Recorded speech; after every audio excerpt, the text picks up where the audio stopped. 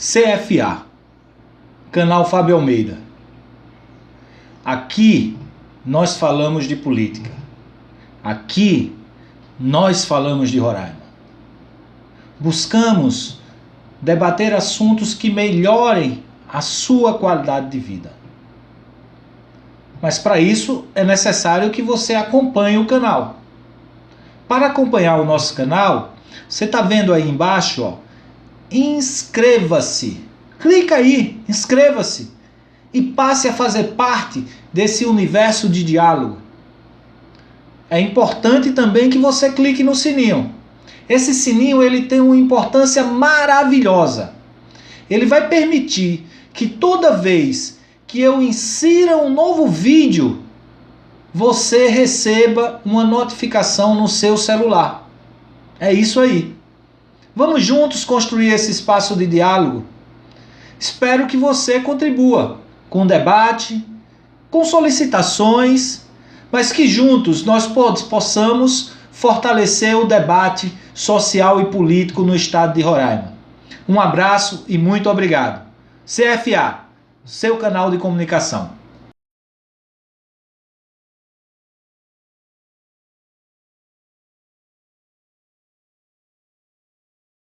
Olá, tudo bem? Mais uma terça-feira. CFA, seu canal de comunicação. Aqui nós falamos de política. Aqui nós falamos de Roraima. Ao meu lado hoje, essa grande liderança popular, uma liderança de lutas sociais e uma liderança de luta pela terra. Fala um pouco para os nossos internautas, quem é Geomar? Primeiro, boa tarde a todos, né? E também gostaria de cumprimentar você pelo seu canal, Fábio, também cumprimentar a todos que nos assistem. Né? Meu nome é Geomar, né? Geomar da Silva, né? Venho de Pernambuco, sou natural de Pernambuco, né? E fui destinado pela coordenação do MST para vir compor a coordenação estadual do MST em Roraima, né? E também faço parte do coletivo nacional da Frente de Massas do MST, né?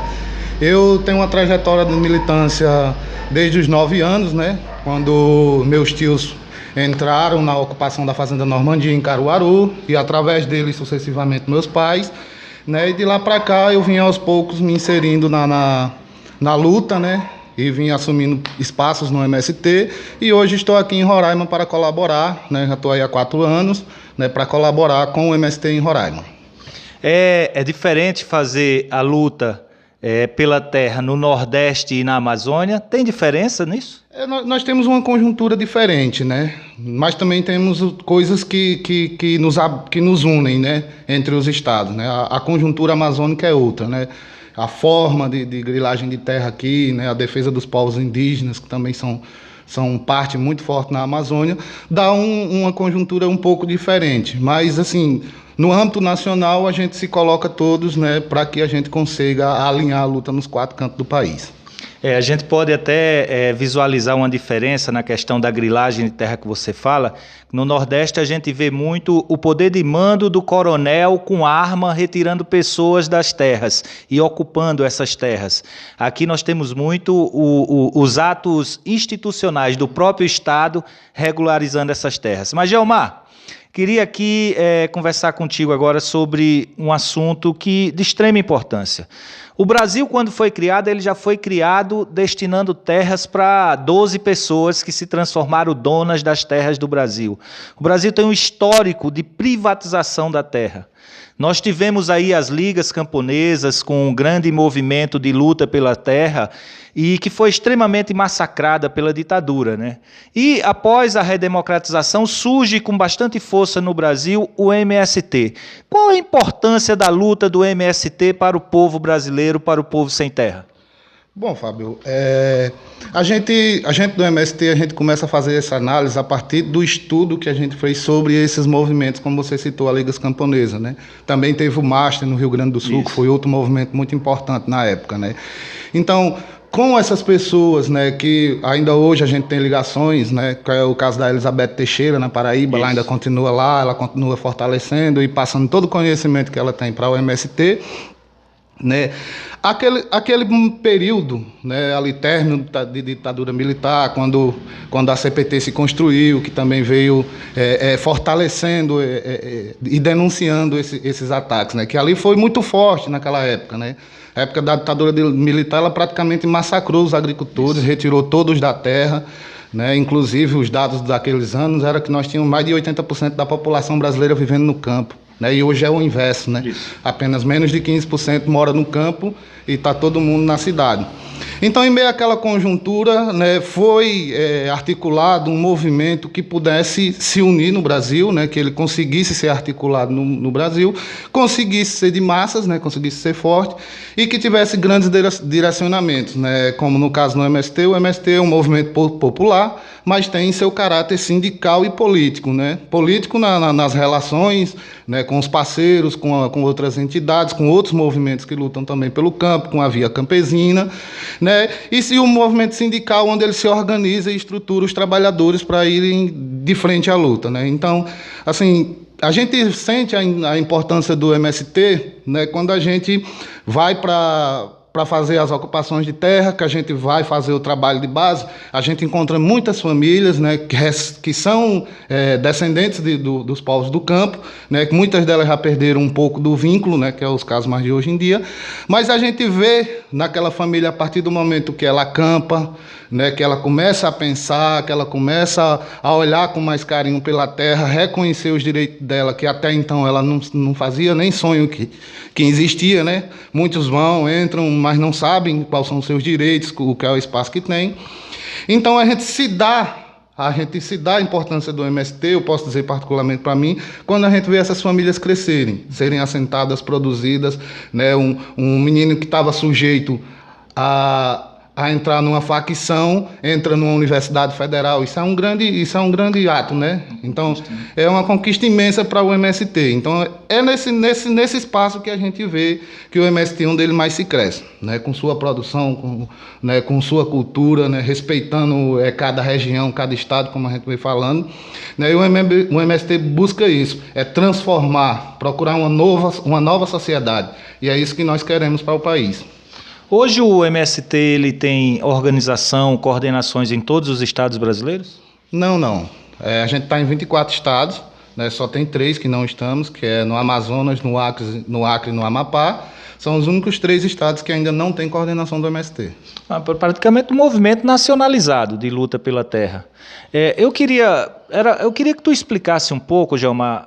Nós vemos a imprensa ter uma campanha muito negativa contra o MST e costuma utilizar a palavra invasão, né? Quando nós sabemos que não se está invadindo, porque muitas vezes, a maioria, não todas as vezes, essas terras não cumprem função social. Então, por que da política de ocupação? O primeiro ponto é que esse ato da ocupação, ele é o primeiro espaço de diálogo com a sociedade. Né? Isso é o primeiro ato político do MST, ele começa com a ocupação. Né? A gente ocupa, denuncia que a terra está improdutiva, né? E aí, como é que a gente faz?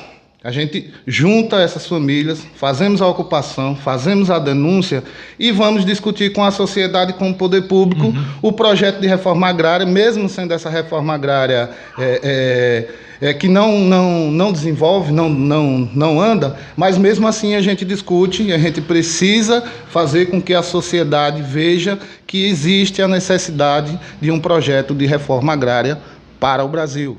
Né? Nós temos o INCRA, que era para fazer esse papel, né? Ele foi construído na sua essência para fazer esse papel de identificar essas áreas, né? E transformar essas áreas em assentamentos de reforma agrária. E nesse meio o INCRA se perdeu, né? Ele tem outras funções, né? Então ele não cumpre com o seu papel.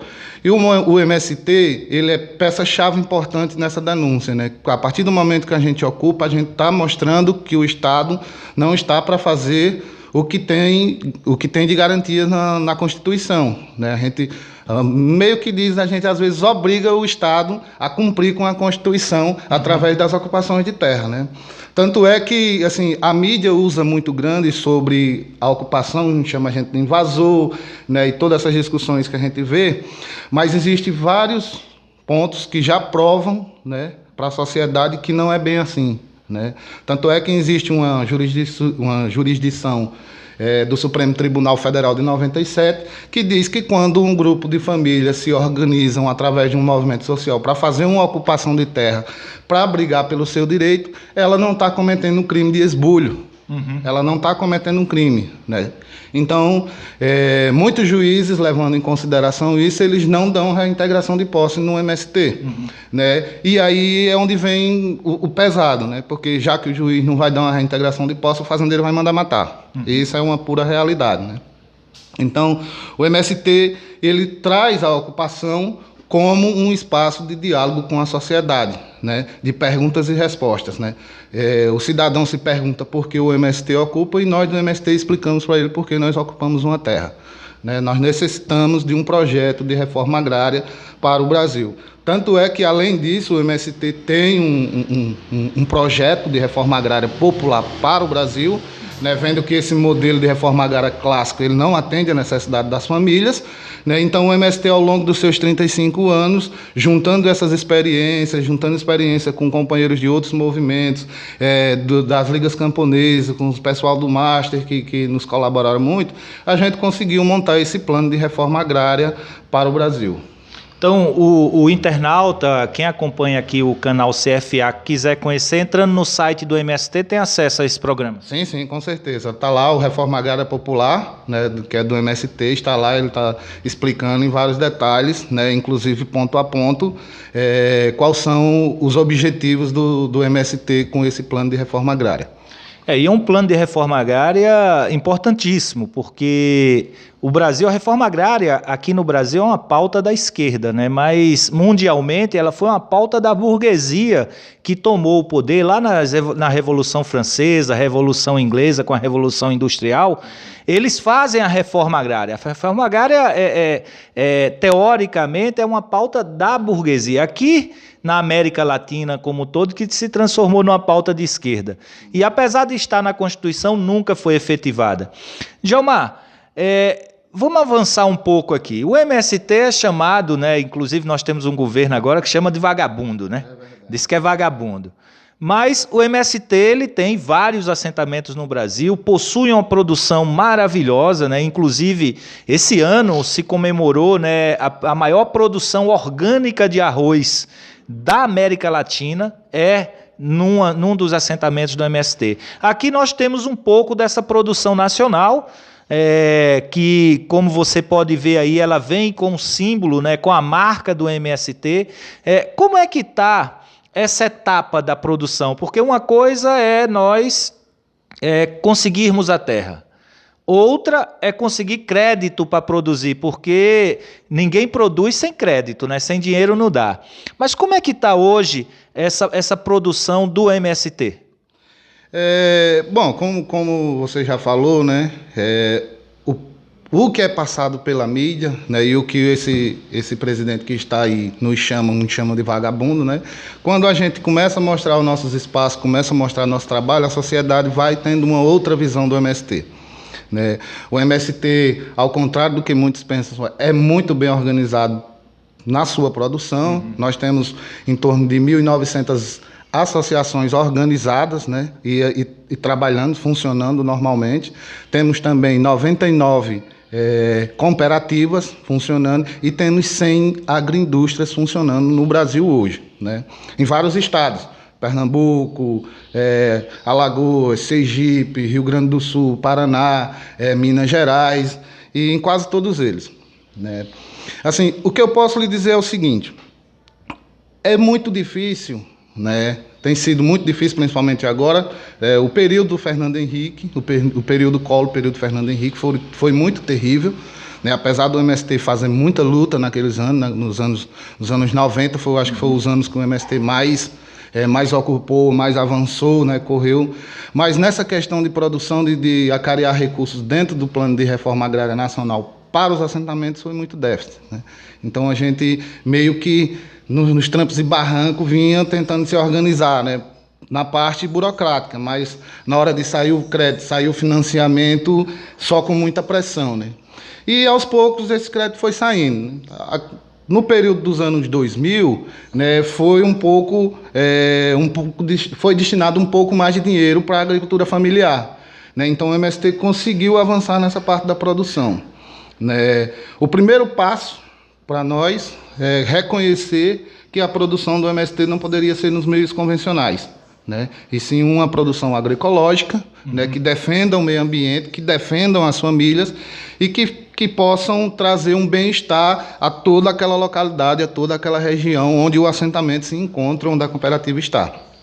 Então, tem sido, sim, difícil ainda, muito difícil de acarear esses recursos, de trazer esses recursos efetivos para dentro das áreas de assentamento, né, porque há uma resistência muito grande do Estado, né? Por exemplo, nós temos, que a gente também encaixa como parte da produção, que é o Pronera, né, que é para voltar a formar os filhos de agricultores, para que a gente consiga formar técnicos, né, em agropecuária, em agroecologia, para que venham atuar dentro dessas áreas, né? Então, hoje não tem dinheiro para esses espaços, né? E a gente conta isso como um espaço da produção, né, porque a gente necessita dos filhos dos agricultores formados para que a gente tenha uma produção como essa que você está vendo. Mas com todos os trampos e barrancos, né, eu posso lhe dizer que o MST está, né, em defesa da reforma agrária, está em defesa dessa produção orgânica e produzindo, como você está vendo aqui na mesa, desde um alçafrão, um café, um arroz, uma pipoca, uma geleia, um doce, né, tudo, uma cachaça, né? Então, nós estamos conseguindo fazer essa produção e conseguindo dialogar com a sociedade também através dela, né?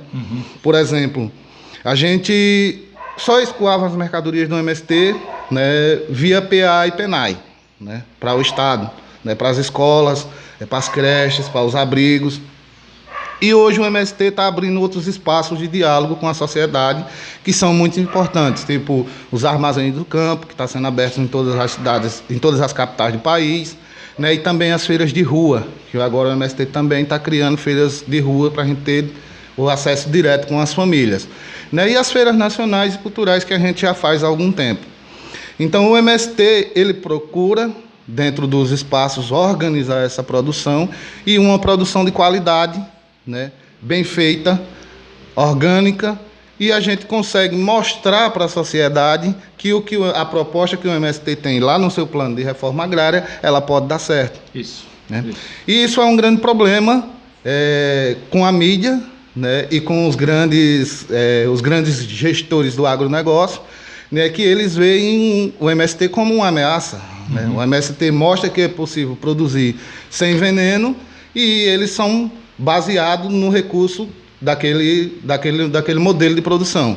Então, isso é uma grande ameaça. Então, é por isso que eles tentam, de qualquer forma, criminalizar o MST, chamar de vagabundo, sucumbir à produção do MST, né, porque você não viu e nenhum telespectador, sei que também não viu em jornal nenhum do país, né, ser aberto e dizer o MST é o maior produtor de arroz orgânico da América Latina. Isso você não vê na mídia convencional, né? Então, a mídia, como ela é sustentada pelo agronegócio, defende os interesses do agronegócio, e não o interesse do cidadão brasileiro, né, que está comendo essa comida envenenada, que está indo parar nos hospitais, né? Às vezes não sabe nem porquê, né, mas quando o MST começa a explicar para ele o que é uma produção orgânica e o que é que tem na comida convencional, ele mesmo já começa a se pensar, dizer, por que eu vou querer esse aqui se eu tenho esse aqui que é saudável, né? E para a elite do Brasil isso é um risco, né? Isso. Esse bate-papo é importantíssimo, assim, para a gente poder compreender, e principalmente quem acompanha o canal compreender, que a luta do MST não é apenas a luta pela terra, né? Nós temos, como tu falaste, a agroecologia, um modelo de produção diferente desse modelo que está aí, que não é baseado em grandes áreas produtivas, é baseado numa permacultura, de você diversificar a produção, de utilizar defensivos, né, que são naturais e não essas bombas que andam jogando na nossa alimentação. Mas o MST tem um programa muito importante, Geomar, que eu queria que tu falaste um pouco, que é a defesa do direito à educação das nossas crianças, jovens e da classe trabalhadora. Né? Vocês têm escolas de formação, vocês têm escolas de ensino fundamental com programas político-pedagógicos elaborados por assentados, né? por jovens que já se formaram e que estão dentro desses assentamentos trabalhando. Fala um pouco sobre essa política de formação do movimento. Assim, isso é uma parte que mais me orgulha falar no MST, né? Porque, assim, desde quando o MST fez a sua primeira ocupação, lá na metade dos anos 80, que foi a Fazenda None, no Rio Grande do Sul, o MST já sentiu ali que sem educação não vai. Né? A gente não transforma a sociedade, né? A gente não produz, né? A gente não se organiza enquanto classe trabalhadora. Então, lá naquele ano, quando foi feita essa ocupação, a gente montou a primeira escola itinerante do MST. Ela já tinha mais de 1.000 estudantes, mais de 1.000 alunos. Né? Era uma ocupação com 5.000 pessoas, né? Era uma ocupação muito grande. Né? Foi através dessa ocupação que foi dito: o MST está aqui, o MST existe, né? Foi posto para a sociedade. E ali a gente já pensava na educação. Né? Então, quando a gente vê uma família que entra numa ocupação do MST, uma das primeiras coisas que a gente discute com essa família é a educação e a formação desses filhos deles e também deles, né? Porque a gente também vê no programa de educação do MST que a gente precisa alfabetizar para não ter ninguém mais que não consiga ler e escrever, né? Isso é o primeiro passo do MST. E segundo, formar esses filhos dos assentados, tanto academicamente quanto politicamente. Né? Então, a gente faz uma trajetória, a gente discute já com prefeitura e Estado que se mantenha uma escola dentro dessas áreas de ocupação, né? Mesmo que seja uma escola itinerante, né? Para que essas famílias, essas crianças, elas vão criando o vínculo com aquela terra. Né? A partir do momento que ali você estuda, ali você come, ali você planta, ali você colhe, você cria um vínculo pela terra, né? E a primeira coisa que é quebrada na mente das famílias são a questão da propriedade. Isso é a primeira coisa que se perde com a formação política do MST, é o vínculo com a propriedade. E sim com a comunidade, sim com todo mundo que está ali ao seu redor. Né? O MST ele tem algumas escolas de formação, né? A Paulo Freire em Pernambuco e a Florestan Fernandes em São Paulo são as duas mais, que eu posso dizer assim, mais famosas, né? Que mais pessoas veem, mas em todos os estados tem centros de formações, sim, né? Para que seja discutido essa situação política nacional, da América Latina e de tudo que se ocorre no mundo. Né? Inclusive existem cursos na Florestan Fernandes que vêm pessoas de mais de 40 países para estudar essas questões. Né? Então, o MST, através do Pronera, né, e através de outros programas como o Leducar, né, como nós temos aqui em Roraima também o campus do Murupu da Universidade Federal, que foi luta do Pronera, foi conquista do Pronera, né, está lá hoje, com cursos voltados para a classe trabalhadora, né, voltados para a agricultura familiar, tanto o Leducar quanto a agroecologia lá no campus do Murupu. Então a gente decidiu que nós precisamos de nossa base formada, né, pessoas convictas do que estão fazendo. Então essas pessoas passam por esse processo, né, vão para as escolas de ensino fundamental que estão nas áreas de assentamento, né, que inclusive agora no exame nacional foi novamente bem avaliada, né, é outra coisa que também não sai na mídia, mas enquanto a nota média do país está em 7,5, tem escola do MST atingindo 9%, né, nas escolas, e isso não é dito. Muito de vez em quando alguém vai lá e fala um pouquinho lá muito longe, assim mesmo, num horário que ninguém possa, que não tem muita audiência, né? Nós sabemos. Então, o que é que o MST faz? O processo de formação ele já começa dentro da escola, né? É uma escola sem muros, né? A gente não precisa de muro em escola de assentamento, né? A gente não precisa de muro, a gente precisa de alunos estudantes. Então, a agroecologia, como eu lhe falei, é um passo fundamental na formação de todo ser humano, no meu conceito. Né? Então, a partir do momento em que um filho de acampado e de assentado matricula seu filho na escola onde o MST está, onde o MST, hoje nós já temos um passo muito avançado, que hoje nós já temos professores do MST formados, que hoje já dão aula nessas escolas. Então essas crianças elas já vivem com a agroecologia dentro da escola e trazem essa agroecologia para casa e, de acordo com que vão crescendo, vão tomando rumos, né, vendo aonde se encaixam e vão estudando.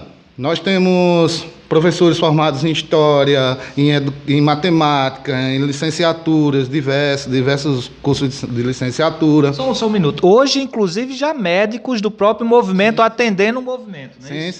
Sim. No caso de Pernambuco, a gente temos lá o companheiro Jefferson, formado pelo MST em Medicina. Também temos o companheiro Edgar, que é do setor de Direitos Humanos do MST lá, que também é formado pelo MST, agora acabou de formar-se uma turma de alunos do MST, só de advogados, e outra, advogados negros, né, que é uma turma de advogados de pessoas negras, que é raro isso acontecer. Eu acho que nunca aconteceu na história do país nós termos tantos alunos cursando direito, né, sendo tão massacrados que foram no decorrer dos anos. Mas isso que eu quero dizer para você é o seguinte, Fábio.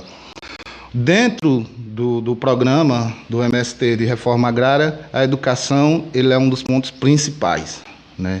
A gente necessita que esses alunos se formem academicamente, se formem politicamente, para fazer a defesa da terra, fazer a defesa da vida, fazer a defesa dos nossos territórios.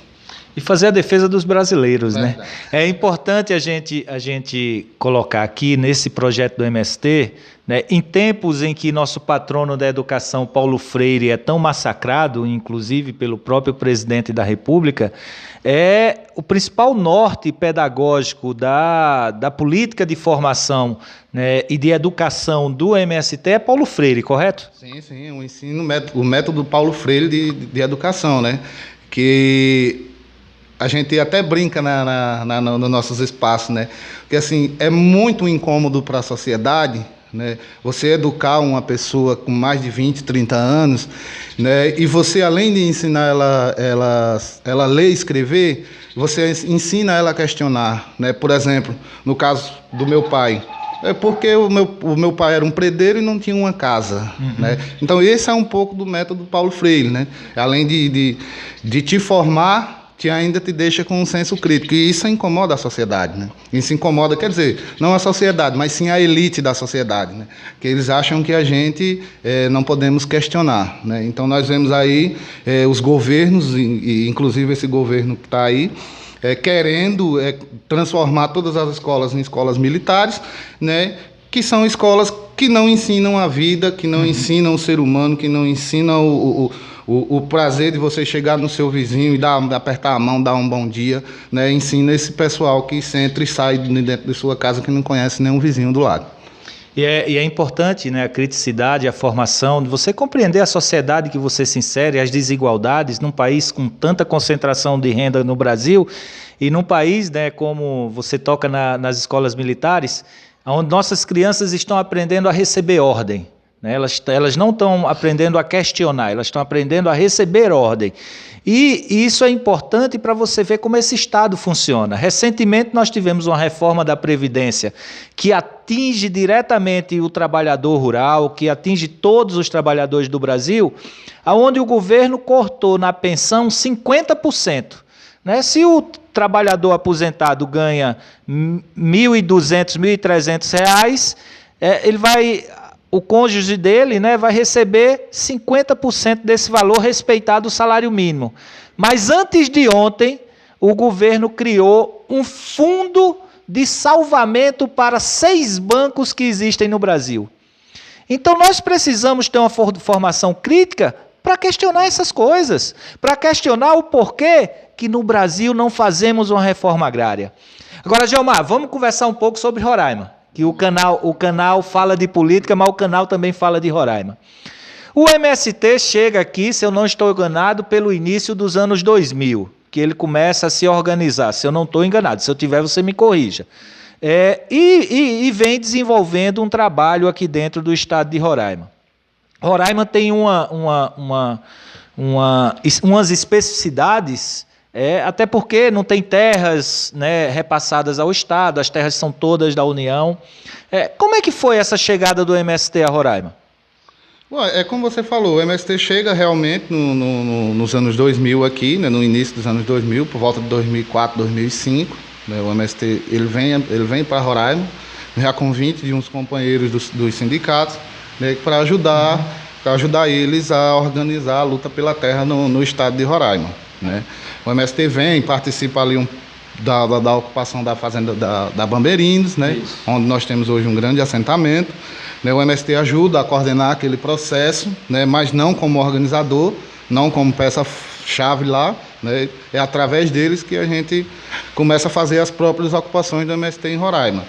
Então, em 2006, 2007, 2008 e 2010, foram 3 anos muito importantes para o MST em Roraima, né, que foram de grandes ocupações. Foi ocupado o PA Caju, foi ocupado o PA Jatobá, né, o Pau Rainha já tinha um grupo de pessoas lá, mas o MST, através do Pau Rainha, fortalece a luta e ocupa o Pau Brasil também, que são 2 assentamentos vizinhos, e também ocupa o Tatajuba. Né, então, esses foram grandes espaços do MST nesse período, de 2004 a 2010. Né? E o MST começa também a fazer ocupações. Só um minuto. Hoje, todos os assentamentos? Todos os assentamentos feitos pelo INCRA, documentados. Né? É claro que o tempo faltou ainda, algumas coisas ficaram pendentes de documentos no INCRA, mas praticamente todos eles estão consolidados. Né? Alguns ainda falta alguma burocracia para ser terminada, mas como não é de interesse do governo que está aí, isso fica para um último plano. Até porque é histórico do INCRA, para as pessoas que não são aqui de Roraima, assentar as pessoas e não pagar o tal do crédito de apoio e crédito de habitação. Isso é verdade. Né? Então, eles deixam pendente alguma documentação, né? Algumas documentações que tem nesses assentamentos, justamente para essas famílias não ter acesso. Por exemplo, a gente vê o PA Jatobá e o PA Pau Brasil, né? Foi feito o crédito de habitação, mas num assentamento, por exemplo, do Jatobá, existem 223 lotes e só conseguiu o crédito de habitação 80 lotes, né? E porque os outros têm alguma coisa com pendência no INCRA que não é resolvido. É muito difícil essa questão, essa lida com o INCRA. E isso tem impedimentos, né? Eu acho que no acesso ao PRONAF, não é isso? Tem. E aí, sucessivamente, toda a sua cadeia de produção. Né? Tudo que você vai resolver no INCRA, você esbarra num documento.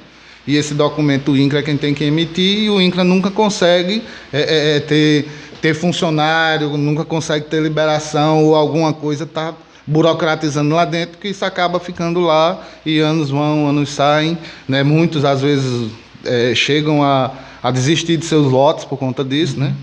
Que a gente sabe que isso também faz parte do planejamento, né? Porque, como você falou, o estado de Roraima é um estado que tem suas especificidades, e uma delas é isso, que trazer os agricultores, que os agricultores desbravem essas terras, para que depois essas terras fiquem livres para os fazendeiros, para o agronegócio, que é o que nós mais vemos hoje crescendo no estado de Roraima. Né? Então, esses assentamentos, eles são assentamentos construídos pelo INCRA, né, eles são documentados, e também tem as nossas outras ocupações, né, que é o caso do Irmã Dorothy, no Cajaí, né, que hoje chama-se Comunidade dos Sonhos, né, que está na luta há 10 anos para ser regularizada, né, que a ocupação foi feita em 2010, ele vai entrar para 10 anos de ocupação, e o INCRA nunca tomou um posicionamento, mesmo sabendo e tendo toda a documentação que a área pertence à União. Né, então o INCRA não toma posicionamento nenhum. E também temos o caso do acampamento Lula Livre, que também está aí, vai entrar para 8 meses de ocupação, que o INCRA também, sabendo que as terras pertencem à União, que pode ser construído um assentamento para aquelas famílias, não toma nenhuma posição.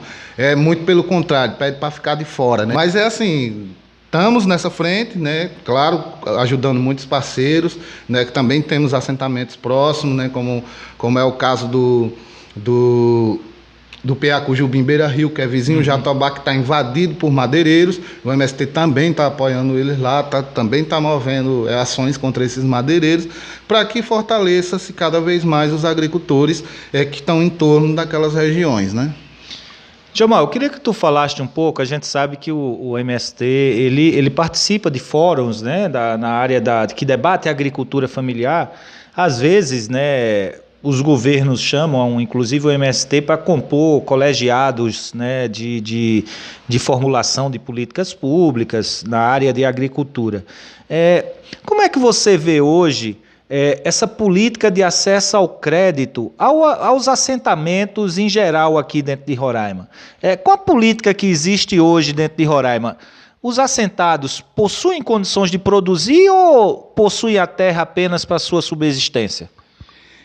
Fábio, eu vou lhe dizer uma coisa que é muito clara, né? O MST ele faz parte de alguns espaços sim, que discutem os recursos das políticas públicas para a agricultura familiar em geral.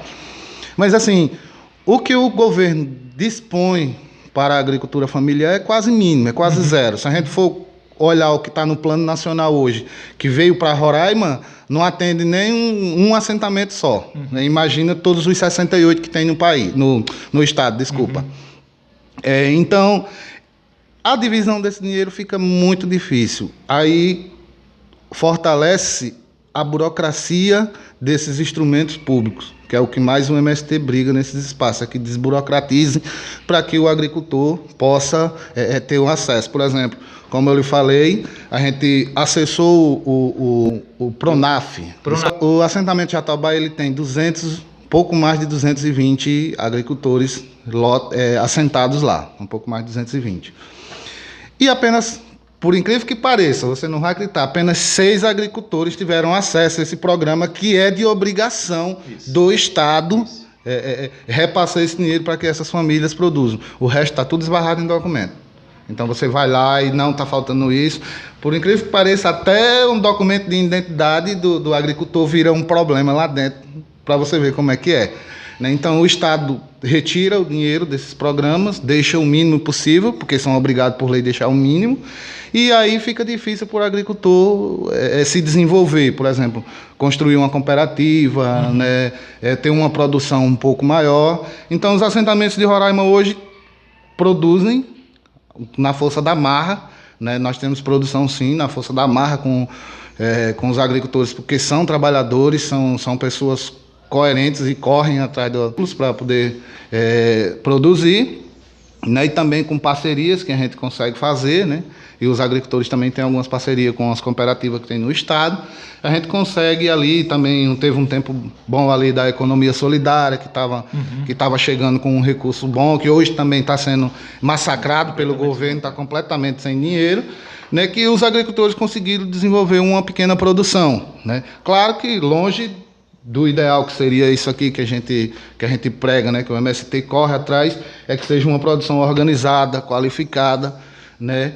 Então a gente precisa avançar muito nesse estado. E como a gente pode ver aqui, que tenha o seu ciclo produtivo, né? Para não ficar vendendo a matéria-prima para ser comercializada por outros. Sim, sim, sim. Inclusive tem um companheiro meu que diz: as cooperativas do MST não estão a serviço do capital, não estão a serviço dos grandes donos de rede de supermercado, né? As cooperativas do MST estão em serviço do trabalhador, né? Então, isso aqui é produzido por trabalhador para os trabalhadores. E a gente vamos comercializar através dos armazéns do campo, das feiras de rua, né? E de vários outros mecanismos que vamos construindo ao longo do tempo, para que isso chegue de fato na mesa do trabalhador, né? É um orgulho para o MST quando vê a produção dos trabalhadores indo para a mesa dos trabalhadores. Isso. Gilmar, a gente está chegando já ao final do nosso bate-papo, mas eu queria aqui provocar um pouquinho o MST. O MST tem interesse de organizar passos de comercialização dos produtos do MST. Em Roraima, há previsão de nós organizarmos isso? E caso seja organizado, é possível que se transforme no centro de referência de comercialização dos assentamentos de Roraima? Fábio, isso é tudo que o MST almeja, né? Desde o dia que a gente faz a ocupação, a nossa vontade é que essa produção chegue na mesa do trabalhador. Então, nós estamos construindo, pelo menos já nas capitais, de todos os estados com o MST, está o Armazém do Campo, né, através dele, que não é apenas um espaço de comercialização dos produtos do MST, mas um espaço também de diálogo com a sociedade, de espaço político, um espaço cultural, né, onde vários atos culturais acontecem, né, também tem companheiros que fazem parceria com a gente e abrem pequenos restaurantes dentro, que além de você vir e você comer uma comida saudável produzida por uma pessoa que tem aquele amor para fazer aquela comida regional, ainda você pode levar os produtos para casa, né? Então é um espaço, digamos que, de formação da classe trabalhadora, do diálogo com a sociedade, que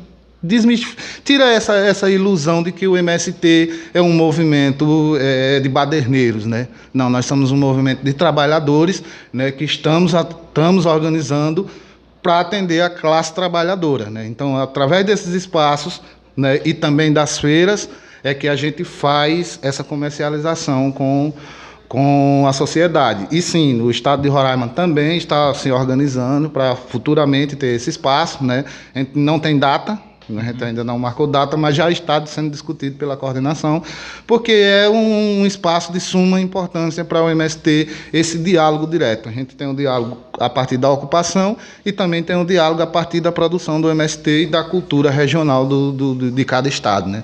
Que é uma coisa muito importante.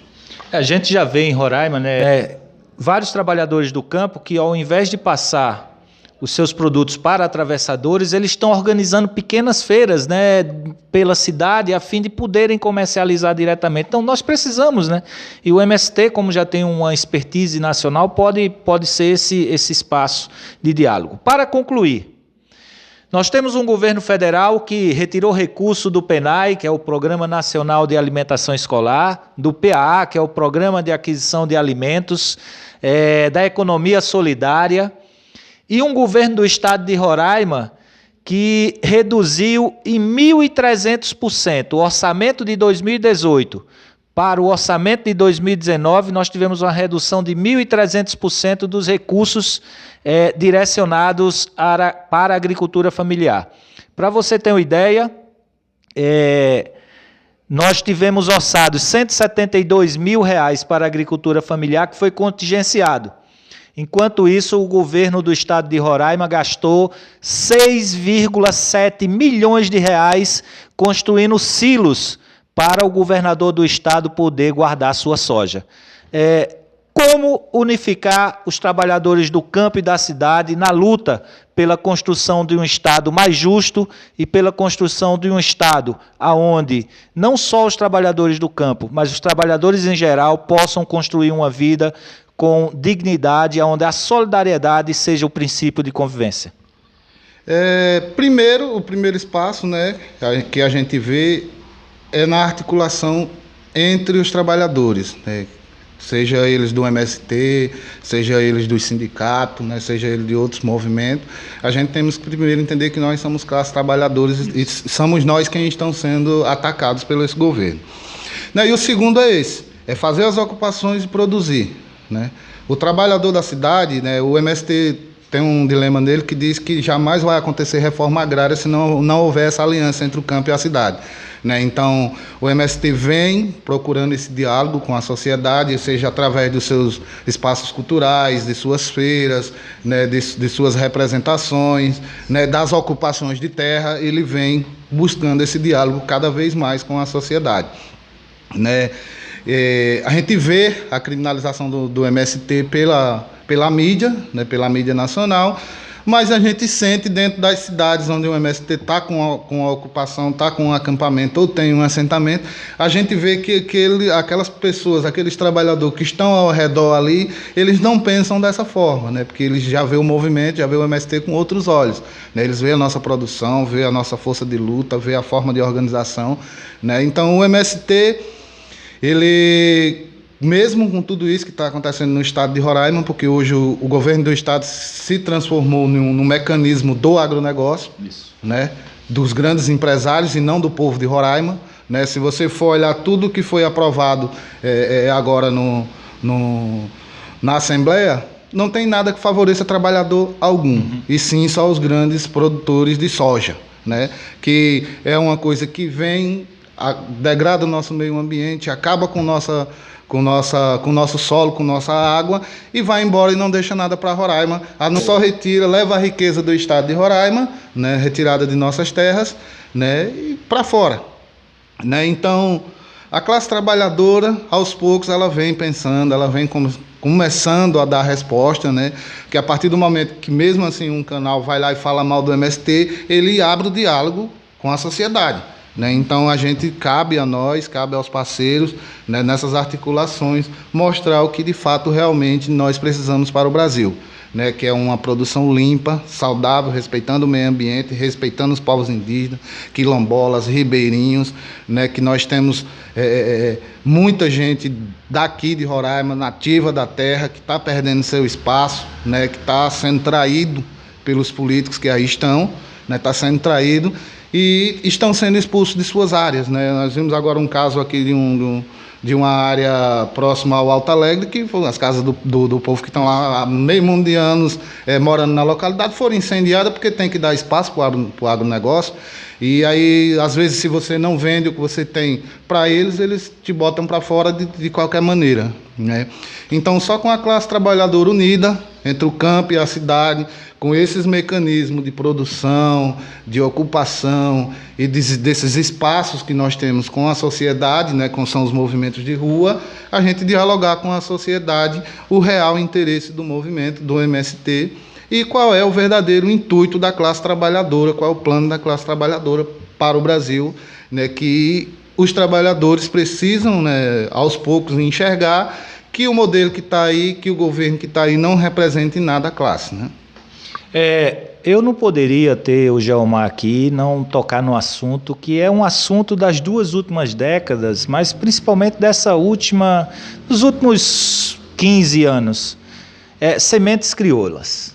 Nós temos um movimento imenso da Monsanto, da Bayer, das principais produtoras de sementes híbridas, né? Semente híbrida é aquela que você planta, nasce o produto ali, você não pode usar a semente porque ela não dá outro produto.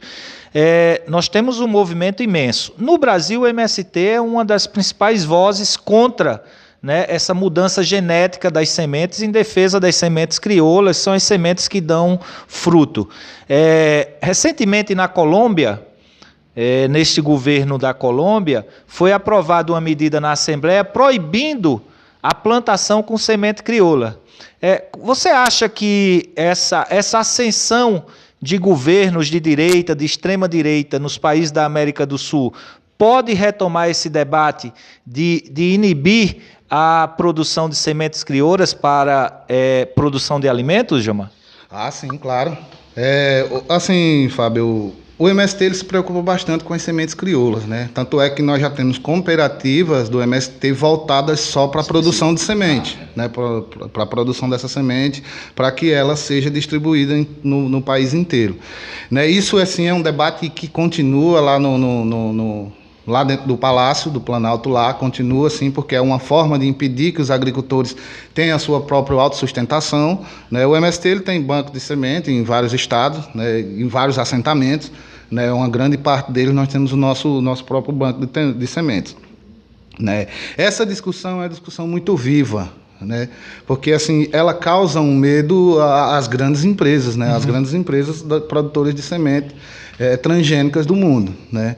Então, se você tem uma semente crioula que você não precisa ter tanto adubo, que não precisa ter tanto insumo que se necessita comprar para ter uma produção em larga escala da monocultura, isso é preocupante, né? Os grandes, os deputados que são os grandes fazendeiros que estão lá dentro de Brasília, tem uma grande parcela deles lá que são fazendeiros, então isso preocupa, né? Isso preocupa quando você vê o agricultor não precisando ir lá na cidade, na casa de ração, comprar uma semente específica, né, que vai precisar de um adubo específico, que vai precisar de um veneno específico, né, que vai precisar de uma forma de aplicação específica, né? O assentamento tem seu próprio banco de sementes, né, que os trabalhadores fazem a troca de semente dentro desse espaço, que é uma das coisas que mais fortalecem a gente, é essa troca de semente dentro do assentamento, para que nós conseguimos ter uma produção de boa escala, que é no caso do arroz orgânico do MST, né. Então isso é muito preocupante para a elite, né? Isso é uma forma de enfrentamento do MST ao modelo de produção do agronegócio, né? Isso quebra o agronegócio no meio e isso deixa o MST um passo à frente na luta pela agroecologia, para mostrar à sociedade que é possível, que a gente consegue fazer e está aqui, ó. A gente sempre mostra, está aqui a produção da semente, está aqui a produção colhida. Então a gente não necessita do pacote de veneno vendido pela Monsanto, pela Bayer e por essas outras que estão aí. Bom, eu queria agradecer tua participação, especialmente agradecer ao MST, né, pela luta política que faz nesse país em defesa dos trabalhadores do campo, em defesa de uma sociedade mais justa, mais igualitária, né, que não seja estruturada com tanta disparidade, né, entre os mais ricos e os mais pobres. Mas fica com você, suas palavras de despedida. Primeiro eu agradeço, né, Fábio, em nome de toda a coordenação do MST, no estado de Roraima e também nacionalmente, né, por você nos ceder esse espaço, que a gente entende que esse espaço é um espaço de diálogo, né, com a sociedade, né, a gente sabe que muitas pessoas vão ver, umas vão criticar e outras vão achar um pouco mais melhor, mas assim, o nosso intuito é esse, então a gente é que tem que agradecer. E eu só repito uma palavra que eu sempre falo, que Karl Marx falou uma vez: trabalhadores, univos. Se a classe trabalhadora estiver unida, ela consegue vencer, ela consegue montar um plano e ela consegue se desenvolver. Então é isso que é o intuito do MST, é organizar a classe trabalhadora através do campo, né, fazer essa aliança com a sociedade e ter um novo plano de sociedade, uma nova forma de organização da sociedade, né, uma sociedade baseada nos princípios do povo, né. A gente necessita que cada um tenha o seu espaço, né, tem o seu lugar de morar, tem a sua escola, seu filho tem o seu direito de estudar, tem o direito de se formar em medicina, no que ele bem entender, né, ele tem esse direito de se formar. Eu acho que a universidade e as escolas não podem ter barreiras nem muros para barrar esses filhos da classe trabalhadora, e dizer que o MST está aí para ela, né? Justamente dos espaços das escolas do MST, a Florestan Fernandes, a Paulo Freire, dizer que lá não é um espaço apenas do MST, e sim um espaço da classe trabalhadora, né? Então ela está à disposição da classe trabalhadora, e o MST em geral também está à disposição da classe trabalhadora, seja para fazer parcerias, seja para conhecer, seja para estudar, seja para vir para um assentamento, e também para os companheiros que sonham em um dia retornar para um pedacinho de chão, ter o seu próprio lugarzinho para poder plantar e colher e criar sua família, dizer que o MST está aí para apoiar a classe trabalhadora em todos os seus segmentos. Bom, um governo do povo para o povo. Vamos juntos construir esse caminho. CFA, Canal Fábio Almeida. Terça-feira temos mais uma entrevista. Aqui nós falamos de política. Aqui nós falamos de Roraima. Obrigado.